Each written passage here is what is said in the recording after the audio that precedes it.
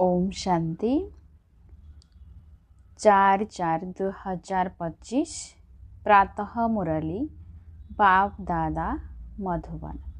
मीठा बाबा कहते मिठे बच्चे वर्तमान तुम्हें माने पुरुषोत्तम हेबापाई पुरुषार्थ करुछ। देवता माने पुरुषोत्तम अटंती काहीकिना सेमाने पवित्र अटंती। तुमे माने वर्तमान पवित्र हेउछ। वर्तमान तुमे माने पुरुषोत्तम हेबापाई पुरुषार्थ करुछ। देवता माने पुरुषोत्तम अटंती काहीकिना सेमाने पवित्र अटंती। तुमे माने वर्तमान पवित्र हेउछ। आज बाबांकर प्रश्न अछि बेहद्र बाबा तुम पिला मानकु शरण काहीकि देइछंती। बेहद्र बाबा तुम पिला मानकु शरण काहीकि देइछंती। उत्तरे बाबा कहले काहीकि ना आमे समस्ते अलिया गदारे पड़िथिले। बाबा आम मानकु अलिया गदारु बाहर करी सुबासित फूल करुछंती। आसुरी गुणधारी पिला मानकु दैवी गुणधारी करुछंती। ड्रामा अनुसारे बाबा आसी आमको अलिया गदारु बाहर करी पुष्य करी निजर संतान करुछंती। गीत अछि यह कौन आया आज सवेरे सवेरे। ओम शांति। राति को दिन करिबा पाई बाबा को एठा को आसीबा को पड़ुछि। एबे तुमे संतान माने जानिछ जे बाबा आसीचंती। प्रथमे आमे शूद्र वर्णर शूद्र बुद्धि थिलु। वर्ण विषय थिबा चित्र मध्य बुझाइबा पाई बहुत भल। पिला माने जानिछंती आमे ही वर्णरे किपरि चक्र लगाउछु। एबे आमकु परम पिता परमात्मा शूद्ररु ब्राह्मण कहिछंती। कल्प कल्प कल्पर संगम जुगरे आमे ब्राह्मण हेउछु। ब्राह्मण मानकु पुरुषोत्तम कुहाजिब नाही। पुरुषोत्तम तो देवता मानकु ही कुहाजिब। ब्राह्मण माने पुरुषोत्तम हेबा पाई एबे पुरुषार्थ करुछंती।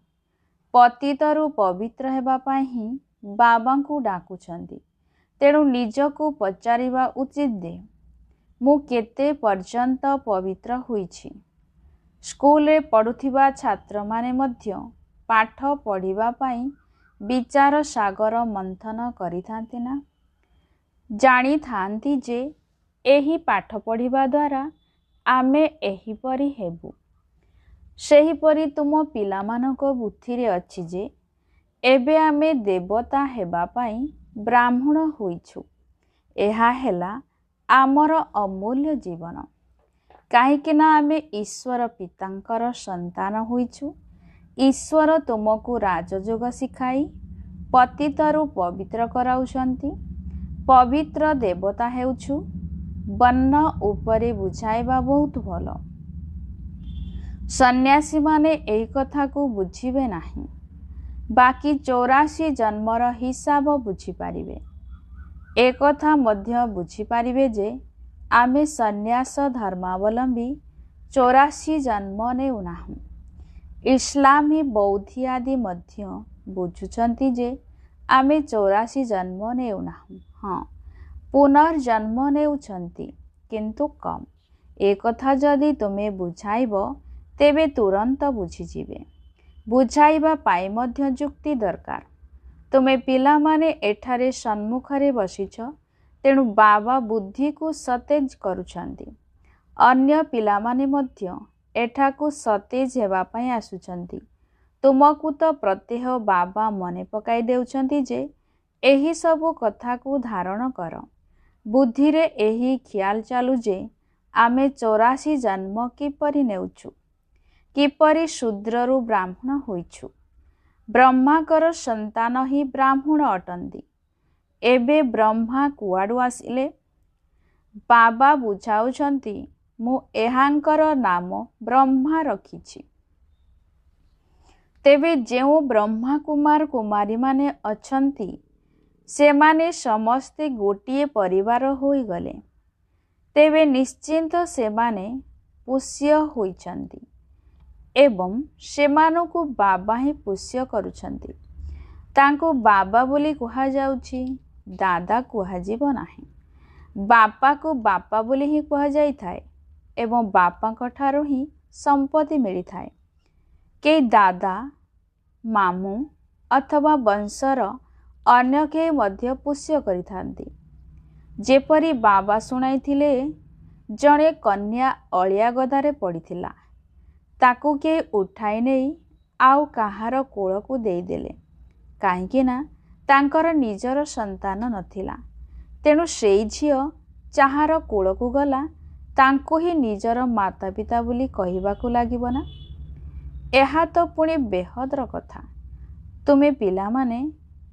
ତୁମେ ପିଲାମାନେ ମଧ୍ୟ ଯେପରି ବେହଦର ଅଳିଆ ଗଦାରେ ପଡ଼ିଥିଲ, ବିଷୟ ବୈତରଣୀ ନଦୀରେ ପଡ଼ିଥିଲ, କେତେ ଅପରିଷ୍କାର ହୋଇ ପଡ଼ିଥିଲ। ଡ୍ରାମା ଅନୁସାରେ ବାବା ଆସି ସେହି ଆବର୍ଜନାରୁ ବାହାର କରି ତୁମକୁ ପୋଷ୍ୟ କରିଛନ୍ତି। ତମ ପ୍ରଧାନକୁ ଅଳିଆ ବୋଲି କୁହାଯିବ ନା? ବିକାରୀ ଅସୁରୀ ଗୁଣ ଯୁକ୍ତ ମନୁଷ୍ୟମାନେ ଦେହ ଅଭିମାନୀ ଅଟନ୍ତି। କାମ କ୍ରୋଧ ମଧ୍ୟ ବହୁତ ବଡ଼ ବିକାର ଅଟେ ନା? ତେବେ ତୁମେ ରାବଣର ବଡ଼ ଅଳିଆ ଗଦାରେ ପଡ଼ିଥିଲ। ବାସ୍ତବରେ ତୁମେ ରିଫ୍ୟୁଜ ଅର୍ଥାତ୍ ଶରଣାର୍ଥୀ ମଧ୍ୟ ଅଟ।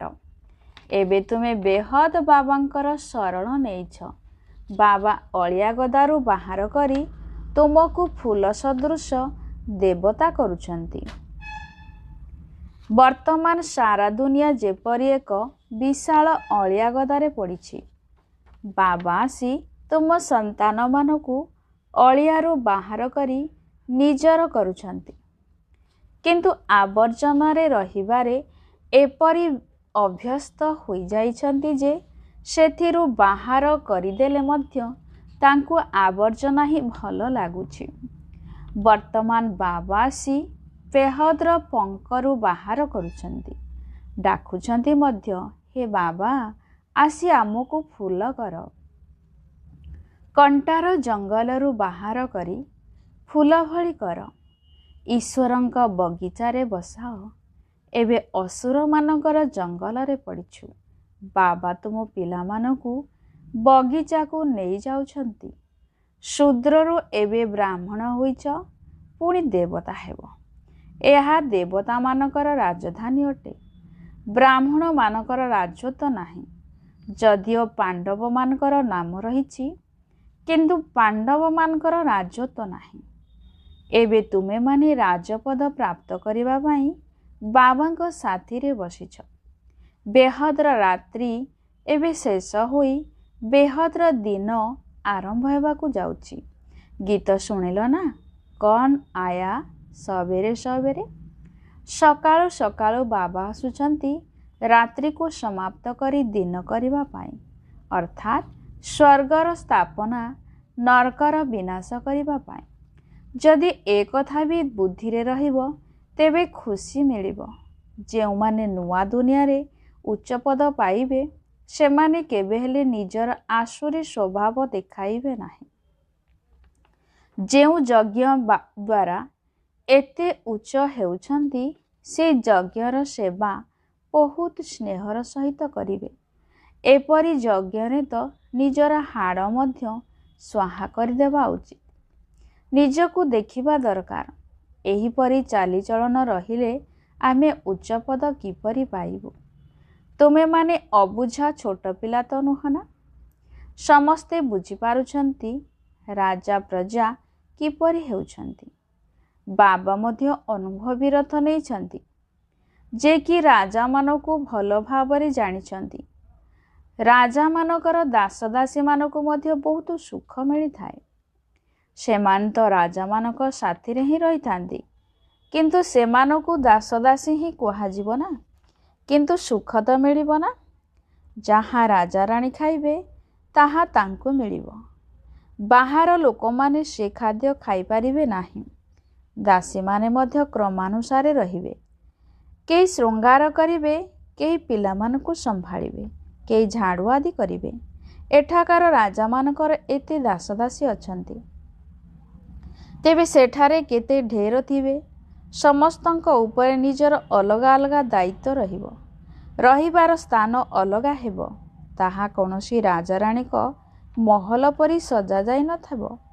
ଯେପରି ସର୍ଭିଆଣ୍ଟ ଚାକରମାନଙ୍କର ଘର ରହିଥାଏ ନା, ସେମାନେ ଭିତରକୁ ଆସିବେ ନିଶ୍ଚିନ୍ତ, କିନ୍ତୁ ରହିବେ ନିଜ ଘରେ। ତେଣୁ ବାବା ଭଲ ଭାବରେ ବୁଝାଉଛନ୍ତି, ନିଜ ଉପରେ ଦୟା କର।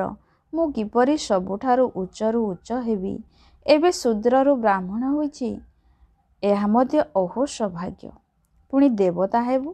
ଏହି ସଙ୍ଗମ ଯୁଗ ବହୁତ କଲ୍ୟାଣକାରୀ ଅଟେ। ତୁମମାନଙ୍କର ପ୍ରତ୍ୟେକ କଥାରେ କଲ୍ୟାଣ ଭରି ହୋଇ ରହିଛି। ଭଣ୍ଡାରରେ ମଧ୍ୟ ଯୋଗରେ ରହି ଭୋଜନ ତିଆରି କଲେ ବହୁତଙ୍କର କଲ୍ୟାଣ ହୋଇଯିବ। ଶ୍ରୀନାଥ ଦ୍ୱାରରେ ଭୋଜନ ପ୍ରସ୍ତୁତ କରିବା ସମୟରେ ବିଲକୁଲ ନୀରବରେ ରହିଥାନ୍ତି। କେବଳ ଶ୍ରୀନାଥ ହିଁ ମନେ ରହିଥାନ୍ତି। ଭକ୍ତମାନେ ମଧ୍ୟ ନିଜର ଭକ୍ତିରେ ବହୁତ ମସ୍ତ ରହିଥାନ୍ତି। ସେହିପରି ସେମାନଙ୍କୁ ମଧ୍ୟ ଜ୍ଞାନରେ ମସ୍ତ ରହିବାକୁ ପଡ଼ିବ। ଶ୍ରୀକୃଷ୍ଣଙ୍କର ଏପରି ଭକ୍ତି କରୁଛନ୍ତି ଯେ ସେ କଥା ନ କହିଲେ ଭଲ। ବୃନ୍ଦାବନରେ 2 ଜଣ କନ୍ୟା ଅଛନ୍ତି, ପୁରା ଭକ୍ତିନୀ ଅଟନ୍ତି। କହୁଛନ୍ତି, ବାସ୍ ଆମେ ଏଇଠାରେ ହିଁ ରହିବୁ। ଏଇଠାରେ କୃଷ୍ଣଙ୍କ ସ୍ମୃତିରେ ଶରୀର ତ୍ୟାଗ କରିବୁ। ତାଙ୍କୁ ଅନେକ କହୁଛନ୍ତି ଭଲ ଘରେ ଯାଇ ରୁହ, ଜ୍ଞାନ ନିଅ। କହୁଛନ୍ତି ଆମେ ତ ଏଇଠାରେ ହିଁ ରହିବୁ। ତେଣୁ ତାଙ୍କୁ ଭକ୍ତ ଶିରୋମଣି କୁହାଯିବ। କୃଷ୍ଣଙ୍କ ଉପରେ କେତେ ସମର୍ପଣ ହୋଇଯାଉଛନ୍ତି। ଏବେ ତୁମକୁ ସେହିପରି ବାବାଙ୍କ ଉପରେ ସମର୍ପଣ ହେବାକୁ ପଡ଼ିବ।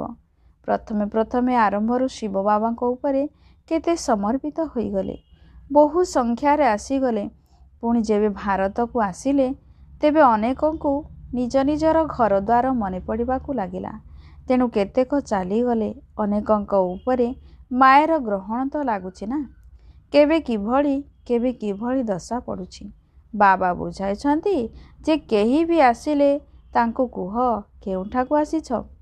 ବାହାରେ ବୋର୍ଡ ଦେଖିଲ, ବ୍ରହ୍ମା କୁମାର କୁମାରୀ, ଏହା ତ ପରିବାର ଅଟେ ନା। ଜଣେ ହେଉଛନ୍ତି ନିରାକାର ପରମପିତା ପରମାତ୍ମା, ଦ୍ୱିତୀୟରେ ପୁଣି ପ୍ରଜାପିତା ବ୍ରହ୍ମାଙ୍କର ମଧ୍ୟ ଗାୟନ ରହିଛି। ଏମାନେ ସମସ୍ତେ ତାଙ୍କର ସନ୍ତାନ। ଶିବ ବାବା ତ ଦାଦା ଅର୍ଥାତ୍ ଜେଜେବାପା ଅଟନ୍ତି। ସମ୍ପତ୍ତି ତାଙ୍କଠାରୁ ମିଳୁଛି। ସେ ରାୟ ଦେଉଛନ୍ତି ଯେ ମୋତେ ମନେ ପକାଅ, ତେବେ ତୁମେ ପତିତରୁ ପବିତ୍ର ହୋଇଯିବ। କଳ୍ପ ପୂର୍ବରୁ ମଧ୍ୟ ବାବା ଏହିପରି ରାୟ ଦେଇଥିଲେ।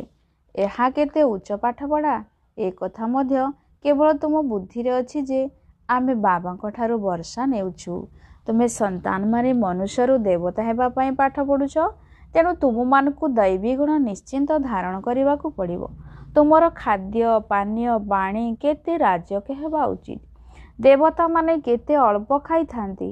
ସେମାନଙ୍କ ମଧ୍ୟରେ କୌଣସି ଲାଳସା ନଥାଏ। 36 ପ୍ରକାର ଭୋଜନ ତିଆରି ହୁଏ, କିନ୍ତୁ ବହୁତ କମ୍ ଖାଇଥାନ୍ତି। ଖାଇବା ପିଇବାର ଲାଳସା ରଖିବା, ଏହାକୁ ମଧ୍ୟ ଆସୁରୀ ଚଳଣି କୁହାଯିବ। ଦୈବୀ ଗୁଣ ଧାରଣ କରିବାକୁ ହେଲେ ଖାଦ୍ୟ ପାନୀୟ ବହୁତ ଶୁଦ୍ଧ ଏବଂ ସାଧାରଣ ହେବା ଉଚିତ। କିନ୍ତୁ ମାୟା ଏପରି ଯେ ଏକଦମ ପଥର ବୁଦ୍ଧି କରିଦେଉଛି। ପୁଣି ପଦ ମଧ୍ୟ ସେହିପରି ମିଳିବ। ବାବା କହୁଛନ୍ତି ନିଜର କଲ୍ୟାଣ କରିବା ପାଇଁ ଦୈବୀ ଗୁଣ ଧାରଣ କର। ଯଦି ନିଜେ ଭଲ ଭାବରେ ପାଠ ପଢ଼ିବ ଏବଂ ଅନ୍ୟମାନଙ୍କୁ ପଢ଼ାଇବ, ତେବେ ତୁମକୁ ପୁରସ୍କାର ମଧ୍ୟ ମିଳିବ। ବାସ୍ତବରେ ବାବା କାହାକୁ ଦିଅନ୍ତି ନାହିଁ। ତୁମେ ନିଜର ପୁରୁଷାର୍ଥ ଆଧାରରେ ପୁରସ୍କାର ପାଉଛ। ତେବେ ନିଜକୁ ଦେଖିବା ଦରକାର ଯେ ଆମେ କେତେ ସେବା କରୁଛୁ। ଆମେ ସେଠାରେ ଯାଇ କ'ଣ ହେବୁ? ଏହି ସମୟରେ ଯଦି ଶରୀର ଛାଡ଼ିଦେଲ, ତେବେ କେଉଁ ପଦ ମିଳିବ? ବାବାଙ୍କୁ କେହି ପଚାରିଲେ ବାବା ତୁରନ୍ତ କହିଦେବେ, ଏହାର ଚାଲିଚଳନରୁ ଜଣାପଡ଼ୁଛି ଇଏ ଅମୁକ ପଦ ପାଇବ। ପୁରୁଷାର୍ଥ ହିଁ କରୁନାହାନ୍ତି। ତେଣୁ କଳ୍ପାନ୍ତର ପାଇଁ ନିଜର କ୍ଷତି କରୁଛନ୍ତି। ଭଲ ସେବାଧାରୀ ନିଶ୍ଚିନ୍ତ ରୂପେ ଭଲ ପଦ ପାଇବେ। ମନ ଭିତରେ ଜଣାପଡ଼ି ଯାଇଥାଏ ଯେ ଇଏ ଯାଇ ଦାସଦାସୀ ହେବେ, କିନ୍ତୁ ବାହାରେ କିଛି କହିପାରିବେ ନାହିଁ। ସ୍କୁଲରେ ଛାତ୍ରମାନେ ମଧ୍ୟ ବୁଝିଯାଆନ୍ତି ଆମେ ବରିଷ୍ଠ ହେବୁ ନା ସାନ ହେବୁ। ଏଠାରେ ମଧ୍ୟ ଏହିପରି। ସିନିୟର ଯିଏ ହେବେ ସେ ରାଜାରାଣୀ ହେବେ, ଜୁନିୟର କମ୍ ପଦ ପାଇବେ। ସାହୁକାରମାନଙ୍କ ମଧ୍ୟରେ ସିନିୟର ଏବଂ ଜୁନିୟର ରହିବେ। दासदासी मानक मध्यरे मु सीनियर एवं जूनियर हेबे। सीनियरंकर दरमा अधिक होइथाए। झाड़ू लगाउथिबा दासदासी को केबे हेले महल मध्य को प्रवेश करिवार हुकुम दिया जाई न थाए। एई सब कथा को तुमे पिला माने ही भल भाबरे बुझी पारिबो। आगो को गले आहुरी अधिक बुझी पारिबो।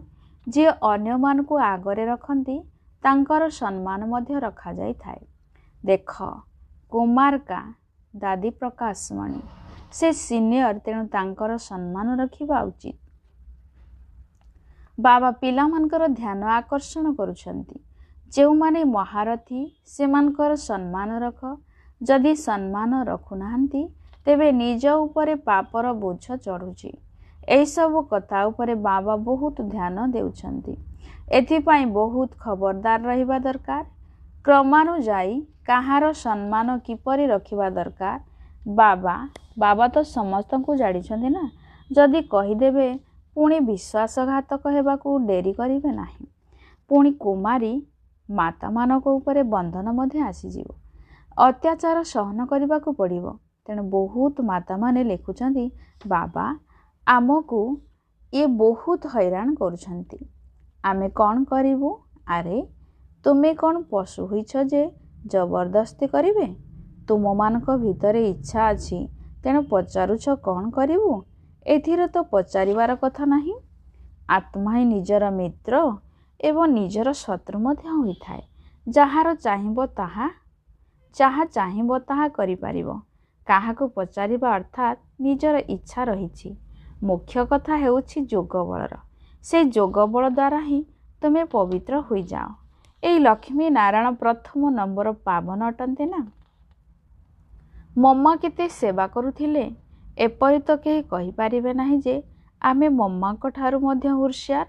मम्मा ज्ञान रे सबुठारू आगुआ थिले। तेबे अनेकଙ୍କ पाखरे जोगर अभाव रहिछि। जदि जोग करिबे नाही तेबे विकर्म विनाश किपरि हेबो? नियम कहुछि शेष समय बाबाଙ୍କ स्मृति रही शरीर छाड़िबाकू हेबो।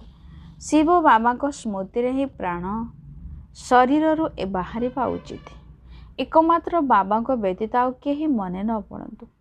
जेउथिरे मध्य मनर आसक्ति न रहू। केउथिरे मध्य मनर आसक्ति न रहू। यह अभ्यास करिबा उचित। आमे अशरीरी होई आसीथिले पुणी अशरीर होई जीवाकू हेबो। बाबा एही कथा तुम मानकू बारंबार बुझाउचंती। एबे बहुत मिठा हेबाकू पड़िबो। तुम मानक भितरे दैवी गण मध्य रहिबा दरकार। देह अभिमान भूत अटे। तेणु निज उपरे बहुत ध्यान देबाकू हेबो। बहुत स्नेहर सहित समस्तଙ୍କ सहित चलिबा उचित। बाबा को एवं चक्र को मने पकाइबाकू हेबो। जदि सृष्टि चक्रर ज्ञान काहाकू भी बुझाइबो तेबे सेमाने आश्चर्य हेबे। जदि 84 जन्मर कहानी काहार मने रहु नाही तेबे 84 लक्ष जन्मर कहानी किपरि मने पकाइबे? ताहा स्मृति रे मध्य आदौ आसीब नाही। जदि एही चक्र को मध्य बुझिबे बुद्धि रे रखिब तेबे अहो सौभाग्य। एबे ही सृष्टि नाटक शेष हेबाकू जाउछि।